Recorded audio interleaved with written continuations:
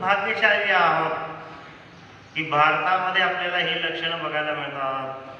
तसं संपूर्ण जगामध्येच पाहायला मिळतात, पण लोक त्यावरती दुर्लक्ष करतात. भारतामध्ये सूर्यप्रकाश भरपूर येतो, त्यामुळं ही जी लक्षणं आहेत ती एकदम स्पष्ट दिसतात. जसं की दुबईमध्ये ज्यावेळेस पाऊस पडणार होता त्यावेळी त्याच्या अगोदरचा एक व्हिडिओ कोणीतरी शेअर केला. त्या व्हिडिओमध्ये दाखवत होतं की एकदम आकाश असं निरभ्र होतं, परंतु नंतर काय आलं की त्यावरती ढग आले. ढगानंतर काय जोराचा सोसाट्याचा वारा आला आणि त्या वाऱ्याने सर्व काही उडून चाललेलं असताना जेवढा धोधो पाऊस आला.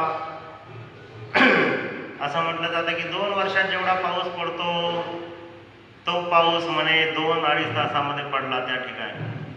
म्हणजे जोरात पाऊस पडणं हे सुद्धा एक अशुभ लक्षण आहे.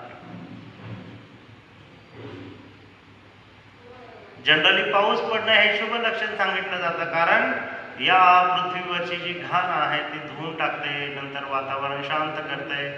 पण असा जोरात जर पाऊस आला तर ते अशुभ लक्षण आहे. तर यावरून आपण समजू शकतो की कशा प्रकारे वृंदावनामध्ये हे सर्व अपशकुन पाहिल्यानंतर जे आहेत नंद महाराज आणि गोपगण काय झाले की भयभीत झाले आणि ते कुठे निघाले. आता भगवान श्रीकृष्णांना किंवा बाळकृष्णांना शोधण्यासाठी निघाले. कारण त्या दिवशी भगवंत जे आहेत, बाळकृष्ण जे आहेत ते बलरामांना घेऊन गायी चारण्यासाठी गेले नव्हते.